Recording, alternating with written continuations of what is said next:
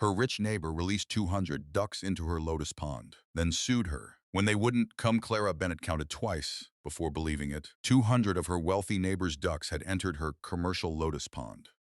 Instead of chasing the exhausted flock away, she protected her plants, offered a little grain, and called Wade Mercer. But the ducks returned the next morning, then kept finding new routes back even after Wade repaired the boundary fence. Some birds taken home became lethargic, while others repeatedly escaped and searched for natural food beneath Clara's lotus leaves. Then a deputy delivered a lawsuit accusing Clara of deliberately feeding, attracting, and interfering with Wade's control of his flock. What Wade did not know was that Clara's cameras had recorded who opened the fence and what the ducks were actually eating.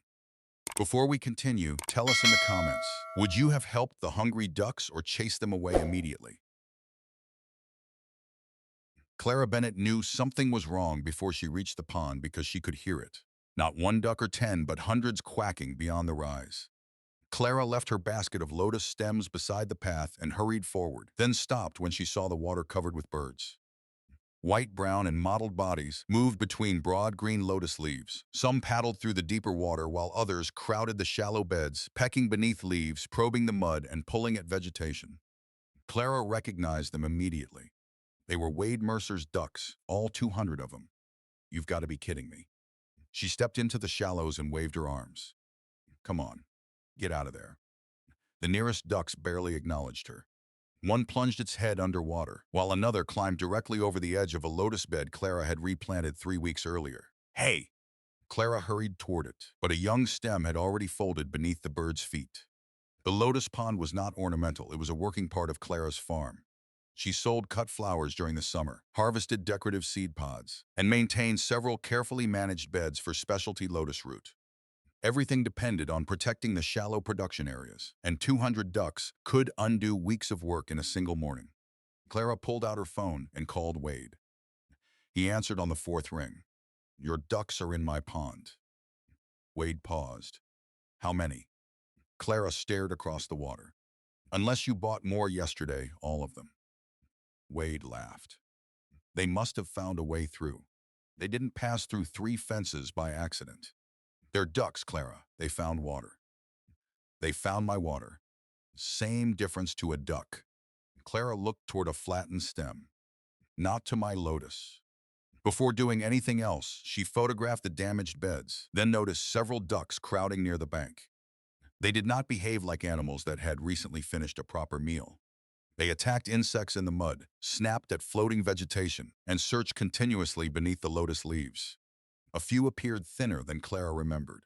She went to the storage shed and returned with a small bucket of grain, not enough to feed 200 ducks properly, only enough to draw them toward a bare area and away from the most delicate beds while she waited for Wade. The flock responded immediately and followed Clara toward an open patch of bank where she scattered the grain, then called Wade again. You need to come get them. I'm busy. So am I. I'll send someone. Today, Wade. Nearly 2 hours passed before one of Wade's farmhands arrived. Together, they slowly pushed the flock toward the property line, and that was when Clara saw the opening. A temporary livestock panel between the farms stood several feet out of position, wide enough for the entire flock to pass through. The farmhands stared at it. That shouldn't be open. Clara nodded. No, it shouldn't. They guided the ducks through and watched the last bird disappear onto Wade's property. Clara then returned to the gap. The ground was heavily tracked, but something bothered her. The panel had not fallen, its hinges were not broken, and the fastening chain remained intact. Someone had simply unhooked it and swung the panel aside. Clara looked toward Wade's property, then toward the small security camera beneath the roof of her equipment shed. Its lens pointed almost directly toward the fence line. She opened the camera application on her phone and loaded the recording. At 5:47 that morning, the fence was closed. At 5:52, a pickup appeared on Wade's side. Clara froze the image, then pressed play. A man stepped out, walked directly to the livestock panel, unhooked the chain, swung it open, and returned to his truck. Clara enlarged the image. She recognized the pickup before she could clearly see the driver's face. It belonged to Wade Mercer. Clara watched the footage 3 times. Less than 10 minutes after Wade opened the panel, the first ducks appeared, then dozens more followed. By 6:15, nearly the entire flock was moving toward Clara's Lotus Pond. There was nothing accidental about the first crossing. Clara saved the recording, made a second backup, and only then called Wade. "You opened the fence." Silence followed. Wade finally said, "What?" "I have it on camera." Another pause, then his voice changed. "Clara, my lower pond is being worked on. So? I needed the ducks off it for a few hours." "So you sent them onto my property?" "They needed water." "You have my phone number." "I didn't think it would be a problem." Clara looked across the damaged lotus beds. "You released 200 ducks into a commercial lotus pond without asking me. They didn't destroy your farm. They damaged plants this morning. I'll look at it." "No, you'll keep them on your side." Wade sighed. "Fine." Clara then asked about the damaged lotus. "We'll talk about it," Wade answered, and she knew that probably meant not that day, perhaps never. That afternoon, Clara walked around the pond with a notebook. Several young stems had been flattened, leaves were torn, and the mud around one shallow production bed had been churned with webbed footprints. The damage was not catastrophic, but it was not nothing. Clara photographed every affected section and recorded the date and time, then checked the boundary. The panel was closed, chained, and secure. That should have ended the problem. Near sunset, Wade arrived with his farmhand, barely glancing at the lotus beds. "I closed the panel. I saw. Then we're done." Clara shook her head. "We're done when your ducks stay home and we settle the damage." Wade glanced toward the pond. "They're livestock, Clara. Animals get through fences." "Animals do." Clara looked directly at him. "People open them." Wade's expression tightened. "Are you planning to make something out of this?" "I'm planning to keep records. For a few broken flowers? For whatever happens next." Wade gave a short laugh. "Nothing is happening next." He climbed into his pickup and drove away. The following morning, Clara woke before sunrise, made coffee, pulled on her boots, and headed toward the pond. The livestock panel was still chained shut, and for a moment, she felt relieved. Then she heard quacking. Clara stopped halfway down the path. No. She hurried over the rise and found the pond covered again, not with 20 ducks or 50, but nearly the entire flock. They were already moving through the lotus beds, dipping their heads below the surface and searching the shallows as though they knew precisely where they were going. Clara walked straight to the panel, which remained closed and chained, then followed the fence south until she reached a drainage ditch. The mud was covered with hundreds of webbed footprints descending one bank, crossing the shallow water, and climbing onto her property. Wade had not opened the panel this time because he did not need to. He had shown the flock the way to Clara's pond, and now the ducks had returned on their own. Clara did not reach for the grain that morning because she wanted to observe what the ducks did without her involvement. Standing beneath the equipment shed, she watched the flock spread across the pond. They did not gather near the spot where she had scattered grain the day before. Most entered the water immediately. Some worked along the muddy edges, and others disappeared between lotus leaves, dipping their heads beneath the surface and emerging with insects, small snails, aquatic vegetation, and whatever else they could find in the shallow water. They were not waiting for Clara. They were feeding themselves. She began recording on her phone and followed the flock from a distance for 20 minutes. Several ducks concentrated around one of the older lotus beds, pushing between the stems, turning over floating leaves, and probing the mud. "Easy," Clara muttered. One duck stepped onto a young leaf, another pulled at a stem, and the mystery would have been interesting if 200 animals were not damaging her crop while she watched. Clara called Wade. "They're back." "Then stop feeding them." "I haven't fed them anything." "You did yesterday." "Yesterday I used a little grain to move them away from my young lotus." "Same thing." "No, Wade, it isn't." Wade went quiet. Clara looked across the pond. "Come get your ducks." Wade arrived 40 minutes later, this time angry. He stood on the bank while his farmhand attempted to gather the flock. "If you feed livestock, they remember where the food is." Clara pointed toward the water. "Watch them." A duck surfaced with something small in its bill and swallowed it, while another scratched through the soft bank. "They're already eating," Clara said. Wade insisted that she had taught them there was food in the pond, but Clara reminded him that they were foraging before she ever opened a bucket. Wade shook his head. "You should have chased them out." I did. Not very hard. Clara stared at him. Are you blaming me because your ducks walked onto my farm? I'm saying animals don't keep coming back somewhere for no reason. Clara nodded. On that, we agree. It took nearly an hour to move the flock home. Before Wade left, Clara showed him the tracks in the drainage ditch. Wade promised to block it and again ordered her not to feed the ducks. Clara's expression hardened. Keep them on your property, and I won't have the opportunity. By afternoon, Wade and his farmhand had stretched wire across the ditch and reinforced the lower fence. Clara inspected it herself and found no obvious opening. For the first time in 2 days, the pond was quiet. The next morning, Clara found 17 ducks beside the southern bank. She called Wade and he collected them. The following morning, 34 appeared, then 56. Each time, Clara documented the number and contacted him.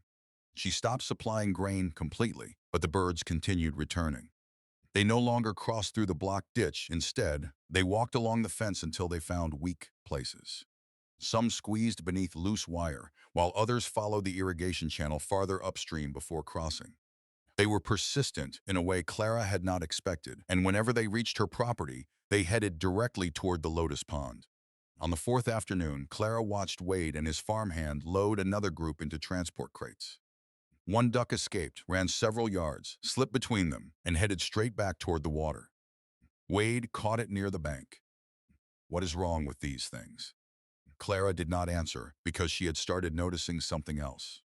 The ducks were not merely reluctant to leave. Many fed almost continuously after arriving at her pond, and several birds that had returned repeatedly appeared more active than some Wade brought along during the collection. Clara looked beyond the fence toward his property. For the first time, she wondered whether the important question was not why the ducks liked her pond, but why they seemed so determined to leave his. 2 days later, fewer than the original 200 ducks returned, and Clara noticed immediately. She had grown accustomed to waking to quacking beyond the lotus beds, followed by another call to Wade Mercer. That morning, she counted the flock before doing anything else. 138, then 141 on the second count, still well short of 200. Clara did not know whether that was good news. Perhaps Wade had finally secured the remaining birds. She photographed the flock, recorded the time, and sent him a message. 141 ducks at my pond. Please collect them. I have not fed them. Wade did not respond. An hour later, his farmhand Tyler arrived alone and looked exhausted. Clara helped guide the ducks away from the youngest beds, while Tyler prepared the transport enclosure. Where's Wade? Busy. Clara watched him. Where are the other ducks? Tyler hesitated. At home. All of them? Most. That answer caught her attention. What does that mean? Tyler continued working. Some haven't been doing well. Clara stopped. What happened? I don't know. How many? Tyler lowered his voice. Clara, I shouldn't have said anything. She assured him that she was not asking him to accuse anyone. Are they sick? Tyler looked toward Wade's property. A few are lethargic, some aren't eating much, and they have loose droppings. Wade is trying to figure it out. Clara looked at the birds around her feet. Most were actively searching the mud, even while Tyler tried to herd them. Has a veterinarian examined them? I don't know. That was all Tyler would say. When Wade finally arrived, Clara asked him directly about the sick ducks. Wade's eyes went toward his farmhand. Tyler talks too much. Clara asked whether the information was true. Wade described the problem as an upset stomach, and when asked about the cause, looked directly at her. Clara understood the accusation. You think I did something? You fed them. Grain, once. They've been eating whatever is in this pond. Clara reminded him that they were his ducks, and he had deliberately sent them there on the first morning. Wade claimed they had never behaved that way before. Clara advised him to determine what was happening on his property before blaming hers. Wade walked toward the water and watched several ducks feeding between lotus leaves. What exactly are they eating? Whatever they find, insects, snails, and aquatic plants. Wade added, and whatever you're giving them when nobody is watching. Clara stared at him. I stopped feeding them days ago. That's what you say. No, that's what my cameras show. Wade glanced toward the equipment shed, then ordered her to keep his ducks away. Clara almost laughed. I've called you every time they've arrived. Then stop making this place attractive to them. It's a pond, Wade. They're my livestock. Then manage your livestock. Wade and Tyler removed the ducks shortly before noon. Clara assumed the argument was finished for the day, but late that afternoon, while she replaced a damaged stem, she noticed Wade's pickup parked on the county road. He was not entering through the gate. He was sitting inside and watching her. A small group of ducks had escaped the roundup and remained near the far bank. Clara initially ignored them, but when they pushed into a bed of young lotus, she brought a handful of grain from the shed and scattered it on a bare patch away from the crop. The ducks followed immediately, allowing Clara to guide them away from the vulnerable plants. Across the road, Wade raised his phone. Clara noticed him too late. He took several photographs, one showing grain in her hand, another showing ducks around her feet, and a third capturing her scattering grain onto the ground. Then he lowered the phone and drove away. Clara watched his truck disappear. She did not know what he planned to do with the pictures, but she knew what they could suggest if separated from the minutes before and after them. A deputy arrived shortly after 9 the next morning. Clara saw the county vehicle coming up her gravel drive and assumed Wade had complained about the boundary fence. Then Deputy Harris stepped out carrying a large envelope. "Miss Bennett?" "Yes. I need to give you these papers." Clara wiped her hands on her jeans and accepted the envelope. The first page carried Wade Mercer's name and the second carried hers. She read the allegations once, then again. "This says I'm taking his ducks." Harris kept his voice neutral. "It's a civil complaint. I'm not here to decide who's right." Clara looked toward the pond, where 37 of Wade's ducks were swimming between the leaves. "Do you see those ducks?" "I do. I called Wade about them 40 minutes ago." Harris asked whether Wade had ever attempted to retrieve his animals and been refused, whether Clara had prevented him or his workers from entering, or whether she had claimed ownership of any duck. Clara answered no to every question. She held up the complaint. "Then how am I stealing 200 ducks when I keep asking him to take them home?" The document did not use the word stealing as simply as Wade did.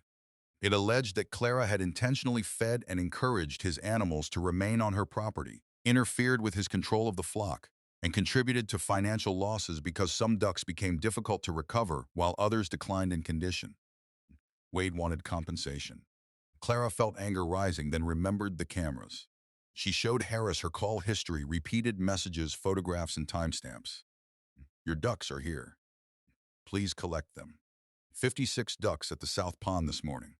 141 here today. I have not fed them." Harris read quietly and advised her to preserve everything, including all original camera files. Clara promised she would. By afternoon, Wade's attorney had sent additional documents, and that was when Clara saw the photographs. In the first, she stood beside the pond holding grain. In the second, ducks surrounded her feet, and in the third, she scattered grain on the ground. There was no photograph of the young lotus bed behind her, no image of the ducks pushing toward the crop, and no context showing she used the grain to move the remaining birds away from vulnerable plants. There was only Clara, food, and Wade's ducks following her. She had to admit something she hated. The pictures looked bad. That evening, Wade stopped his truck at the property line without getting out. "Did you receive the papers?" Clara walked toward the fence. "I did. You should have listened when I told you to stop feeding them. You should have listened when I told you to keep them home." Wade said she had made his ducks dependent on her property. Clara reminded him that she had fed them only twice. "2 times I photographed," Wade replied. Clara looked at him. "That isn't the same sentence." Wade leaned toward the open window. "My ducks didn't keep leaving before you started feeding them. They didn't have access to my pond before you opened the fence." His expression hardened. "Good luck proving that's why they stayed." Clara nearly answered, then stopped. Arguing at the fence would not resolve anything. She told Wade to care for the sick ducks and keep the healthy ones home, but he drove away without replying. The next morning, Clara made a decision. She would use no grain at all, not even if ducks entered the young lotus beds. Instead, she installed temporary netting around the most vulnerable plants and positioned 2 additional cameras around the pond. One faced the bank, another covered the shallow beds, and the original camera continued recording the fence line. If Wade believed food from Clara's hand caused his ducks to return, she would remove herself from the equation. For 3 days, she would not feed a single bird. On the first morning, 62 ducks appeared. Clara remained inside the equipment shed and watched the monitor. None approached the area where she had previously scattered grain. Instead, the flock entered the water and began feeding beneath the lotus leaves. Clara zoomed in as one group repeatedly returned to the same shallow section. A duck plunged its head underwater and emerged with something in its bill. Then another repeated the action. Whatever kept bringing Wade's flock back, it was not Clara Bennett. For 3 full days, she gave the ducks nothing, did not call them, and did not step onto the bank while they were feeding. She watched only through her cameras. On the first morning, 62 arrived, on the second 81, and by the third, Clara counted 94. Each day they behaved almost identically, crossing onto her property, walking past the bare area where grain had once been scattered, and entering the lotus pond. Clara began keeping a detailed log. 6:18 First ducks enter pond. 6:24 Feeding begins along eastern shallows. 6:41 Large group moves into mature lotus bed. 7:03 No ducks waiting near shed or previous feeding area. She did not know whether every note would matter during the legal dispute, but she wanted records that no single photograph could distort. By the third morning, one detail bothered her more than the others. The birds did not spread evenly across the pond. They concentrated in the shallow areas. Clara watched through binoculars as a brown duck submerged its head, surfaced with something small clamped in its bill, and swallowed. Another followed, then another. After the flock moved to the opposite bank, Clara approached the water and found small snails beneath several lotus leaves, aquatic insects in the vegetation, and active life throughout the muddy shallows.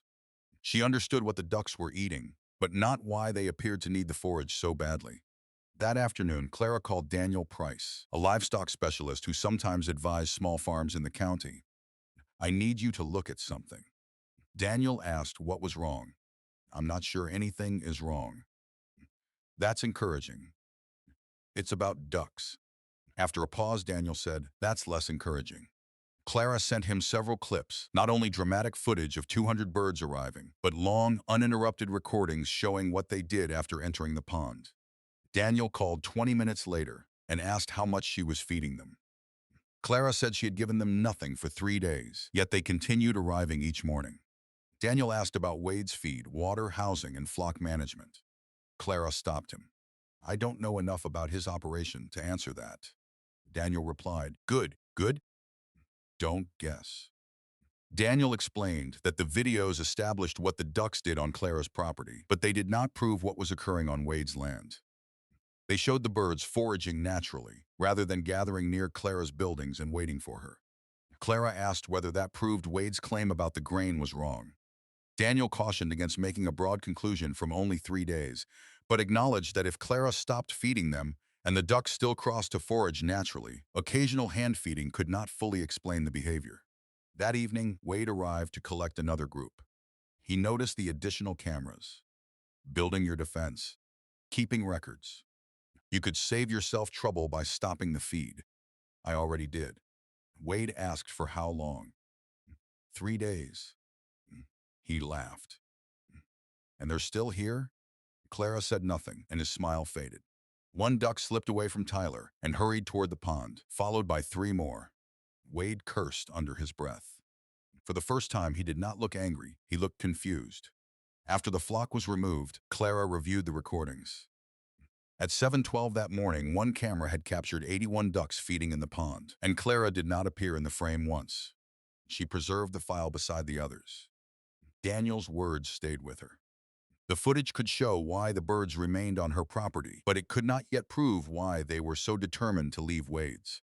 That distinction mattered because Clara did not need to invent an explanation to survive the lawsuit. She needed to prove what she knew. The ducks were not returning for her grain, they were returning for the pond, and whatever encouraged them to leave home was still on Wade's side of the fence. Clara did not cross the boundary, send a drone over Wade's land, or question neighbors about what they had seen. If the dispute ended in court, she wanted every piece of evidence to come from a lawful and legitimate source, so she continued documenting only what happened on her farm.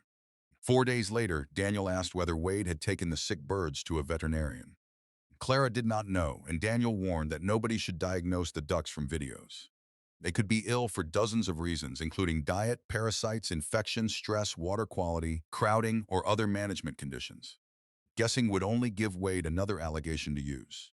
Daniel told Clara to continue documenting. Wade's civil claim moved forward, and his attorney alleged that Clara's feeding contributed not only to the flock's repeated escapes, but also to the declining condition of several birds. That accusation made Wade's veterinarian management records relevant to the case. The documents arrived through the legal process the following week. Clara reviewed them with Daniel at her kitchen table. The first pages revealed nothing dramatic. Then Daniel found notes from a veterinary visit 3 days after the original mass crossing. They described lethargy, reduced appetite, loose droppings, and poor body condition in part of the flock. Another entry caught Clara's attention. Wade's lower pond had recently undergone maintenance. Its water level had been reduced, and the ducks had been concentrated for several days in a smaller holding area, changing their normal access to natural forage. Clara said, "That is why he sent them to my pond before his was ready." Daniel answered carefully, "That's what the timeline suggests. There was no mysterious poison or single catastrophic disease. The veterinarian's recommendations were ordinary: cleaner water access, improved sanitation, adequate feed, reduced crowding, and continued monitoring." Clara asked whether the ducks returned because Wade's pond was in poor condition. Daniel corrected her again. The records prove conditions on Wade's property changed before the flock's behavior changed. They don't prove what every duck was thinking. Further notes described poorer condition among several birds that remained in Wade's crowded holding area. Ducks repeatedly recovered from Clara's property were not all healthy, but Wade's own records described some as unusually active and difficult to contain after their return. Daniel noted that Clara's pond provided shallow water, natural vegetation, insects, snails, and space, many of the things temporarily reduced on Wade's property. Clara teased him for disliking dramatic conclusions. Daniel smiled. "I prefer conclusions that survive lawyers." 2 days later, Wade collected another group, this time only 23 ducks. Clara told him she had seen the veterinary records. Wade called them private, but Clara reminded him that his attorney had made their condition relevant by blaming her. Wade said his pond required maintenance, but that did not give Clara the right to keep his birds. Clara repeated that she had never kept them. Wade returned to his argument about feeding. Clara pointed toward the cameras and said the flock continued arriving after she stopped. Wade slammed the transport gate. Then explained why. Clara looked across the boundary. "I don't have to. You're the one claiming I caused it." That evening, she organized the evidence chronologically: Wade opening the panel to 100 ducks crossing, her calls requesting their removal, the fence being closed, the flock returning independently, her repeated messages, the 3-day no-feeding test, the veterinary reports, temporary crowding, reduced pond access, and natural forage captured on camera. For weeks, Wade framed the dispute around one question: what did Clara do to make his ducks stay? The evidence suggested a different question: why did his ducks keep escaping from him? Wade Mercer arrived at the formal mediation session with 3 photographs, while Clara Bennett arrived with 6 weeks of records. The difference was not obvious at first. Wade's attorney placed the photographs on the table one by one. In the first, Clara stood beside the pond holding grain. In the second, dozens of ducks surrounded her. And in the third, grain fell from her hand while Wade's birds followed. Viewed alone, the pictures told a simple story. Clara possessed food, the ducks wanted it, and afterward they kept returning. The mediator asked whether Clara admitted feeding the flock. She nodded. "Twice." Wade's attorney leaned forward. "After you fed them, they continued coming onto your property." Clara answered yes, then added, "They also continued coming after I stopped." Her attorney connected a laptop to the monitor and played the first recording, beginning at 5:52 in the morning. Wade's pickup appeared beside the property line. Nobody spoke while he stepped out, walked to the temporary panel, removed the chain, opened the barrier, and returned to his truck. The timestamp continued, and minutes later, the first ducks crossed, followed by dozens and eventually almost the entire flock.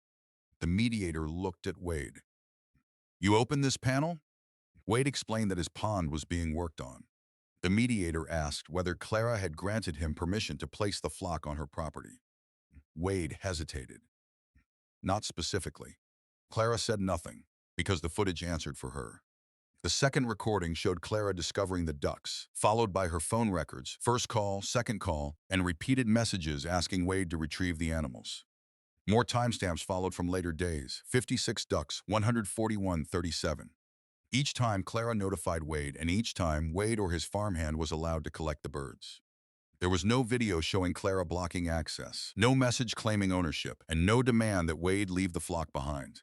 The mediator asked Wade's attorney to identify the alleged interference with retrieval. The attorney returned to the photographs and argued that Clara's feeding encouraged the birds to return.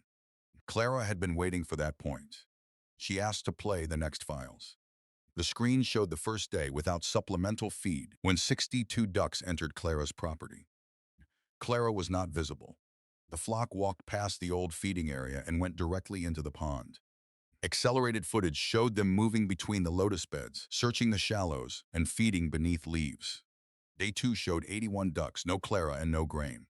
Day 3 showed 94, again without any grain. Wade shifted in his chair and his attorney stopped taking notes. The mediator asked whether the recordings were continuous. Clara's attorney confirmed that the complete time-stamped originals had been preserved and only shortened copies were shown during mediation. The mediator asked whether Clara fed the ducks during the 3-day period. Not once. Clara then played the footage missing from Wade's photographs. It showed the same afternoon, ducks and handful of grain, but began several minutes earlier. A group of birds pushed into a young lotus bed. Clara tried to move them away, and the flock returned. Only then did she retrieve grain and scatter it on a bare section of bank. The ducks followed, and the camera continued after Wade had taken his photograph, showing Clara guiding the birds away from the crop and calling him. Her call log appeared beside the timestamp. Wade's strongest photograph had not been fabricated, which was why it looked persuasive. It was real but missing everything around it. Clara's attorney placed the veterinary and pond maintenance documents beside the video evidence. She did not claim they established precisely why every duck crossed the boundary. They showed something narrower and supportable. Conditions at Wade's pond had changed. The flock experienced crowding and reduced access to its usual water and forage. And Clara's cameras recorded the ducks repeatedly using natural resources in her pond even when she provided nothing. The mediator asked Wade whether he initially allowed the flock onto Clara's property because his pond was unavailable. Wade answered, for a few hours. The mediator confirmed that Clara later contacted him repeatedly to retrieve them. Wade admitted that she had then tried to return to the feeding allegation. The mediator reminded him that she fed them twice. Silence filled the room as the mediator reviewed the call records, photographs, and video showing 94 ducks entering Clara's pond without Clara anywhere in sight. Finally, he asked, Mr. Mercer, if Ms. Bennett intended to keep your ducks, why was she repeatedly calling you to take them home? For the first time since the dispute began, Wade was not controlling the story. His photographs remained on the table, but beside them sat Clara's messages, security footage, and weeks of records showing she repeatedly asked him to retrieve the flock. Then Clara's attorney opened another folder. Wade frowned. What's that? Clara looked at him. The part you forgot. The first photograph showed the lotus pond before Wade opened the panel, with young plants standing evenly through shallow production beds. The next was taken that afternoon and showed flattened stems, torn leaves, and mud churned by hundreds of webbed feet. More photographs documented damage after later crossings. Clara had photographed every affected section before making repairs and kept receipts for replacement plants, temporary netting, and additional labor. The mediator asked whether she attributed all of it to Wade's ducks. Clara answered, only the damage documented immediately after they entered. Wade insisted the ducks had not destroyed her entire farm. Clara agreed. They didn't, which is why I'm not claiming they did. Her attorney provided a single-page estimate covering documented crop damage and reasonable restoration costs, nothing more. Wade crossed his arms and repeated that animals occasionally escaped fences. Clara's attorney replayed the first recording. At 5:52, Wade's pickup arrived. He removed the chain and opened the panel. Then 200 ducks crossed toward Clara's pond. The mediator acknowledged that later incidents might involve animals escaping independently, but the original release did not. Wade again cited maintenance at his pond. The mediator asked whether Clara had authorized him to use hers and whether he knew she cultivated lotus commercially. Wade admitted she had not given permission and that he knew the pond was part of her farm. During a short break, Wade approached Clara in the hallway. You've been building a case against me. I've been keeping records. Same thing. Clara looked through the glass door toward the mediation room. No, Wade, you sued me. I preserved proof of what happened. 20 minutes later, Wade's attorney requested settlement discussions. Wade offered to withdraw his civil claim if Clara abandoned hers, but she refused, not because she wanted revenge, but because she wanted the damaged Lotus restored, the boundary properly secured, and Wade's livestock kept away from her production pond. When Wade returned, frustration had been replaced by calculation. How much? Clara pointed toward the documented amount. Wade seemed surprised. That's all? That's what your ducks damaged. You don't want anything for the birds. Clara stared at him. I never wanted your ducks. I've been trying to send them home since the morning you released them here. Wade expected Clara to negotiate for more money, but she did not. His attorney placed a revised settlement proposal on the table. Wade would withdraw his claim, pay the documented restoration costs, and both parties would acknowledge that every duck remained Wade's property. Clara read the last sentence twice and looked at him. You truly believed I wanted them? Wade leaned back. You fed them and they kept coming back. Clara answered, I fed hungry animals twice and called you every time I found them. The mediator asked whether she disputed Wade's ownership. Clara said no and confirmed that she never had. I don't want his ducks, I want him kept off my farm. Achieving that required more than Wade promising to close a gate. Clara wanted the damaged boundary repaired properly, the drainage ditch secured without obstructing normal water flow, and a written agreement that Wade could never again use her pond as temporary livestock space without permission. Wade frowned. You want all of that in writing? Yes. You don't trust me? Clara looked at him. You opened the fence without asking, sent 200 ducks into my Lotus pond, and then sued me because they preferred it. Even the mediator had difficulty hiding his reaction. Clara added one more condition: Wade needed to address water access and care for the flock on his side. His expression hardened. Don't tell me how to raise my animals. Clara nodded toward the veterinary records. I'm not asking to control your farm, but if the ducks keep escaping because something remains wrong, stronger fencing only traps the problem. Wade's attorney whispered to him. Wade finally agreed that the flock's water, housing, and health concerns would be addressed through his own management and veterinary plan. Clara did not request permission to inspect his farm because she did not need authority over his property. She needed the problem to stop crossing onto hers. Outside, Wade caught up with her. If you never wanted the ducks, why feed them at all? Clara considered the question. Because they were hungry. That's it? That's it. Helping an animal standing on my property isn't the same as claiming it. During the following days, workers repaired the boundary and secured the drainage crossing. For the first time in weeks, Clara woke to a quiet Lotus pond. Then one morning, while inspecting the southern boundary, she saw more than 30 ducks standing on Wade's side of the new fence. None had crossed. They merely faced Clara's property with their necks stretched toward the water beyond the Lotus leaves.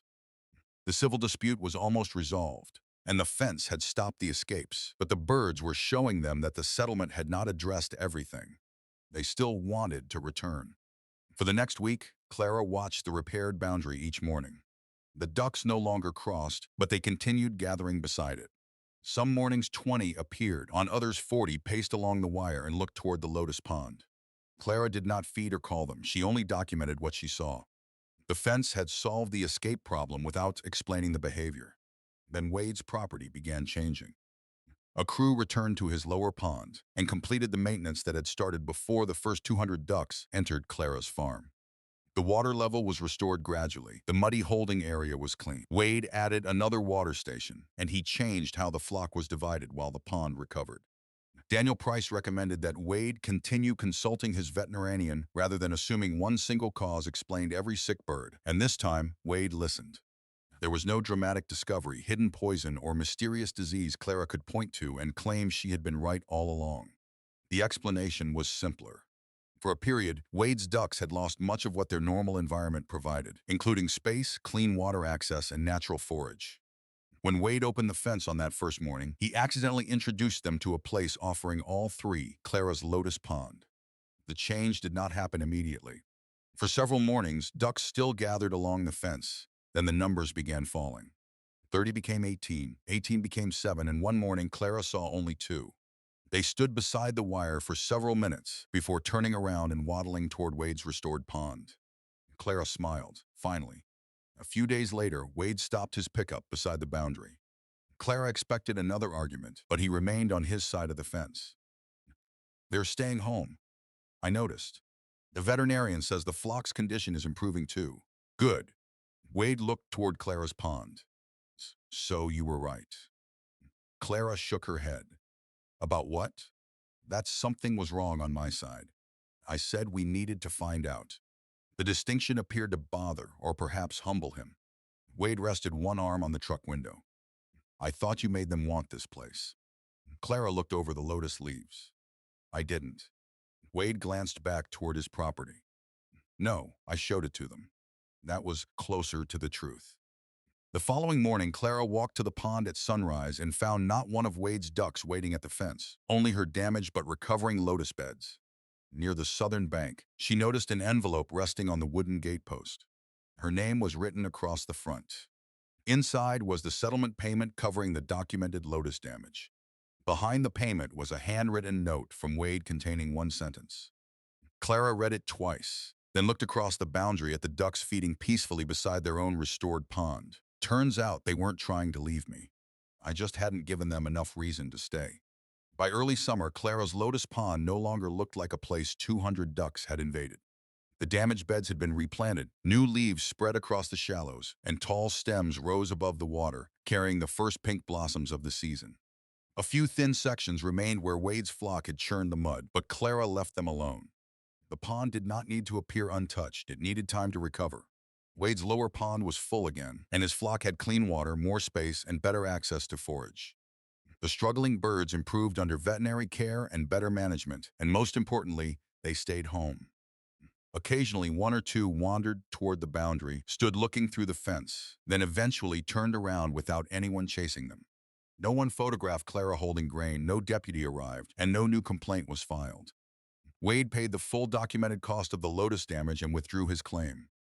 Clara never sought ownership of a single duck or demanded dramatic punishment. The repaired fence, restored crop, and end of the dispute were enough.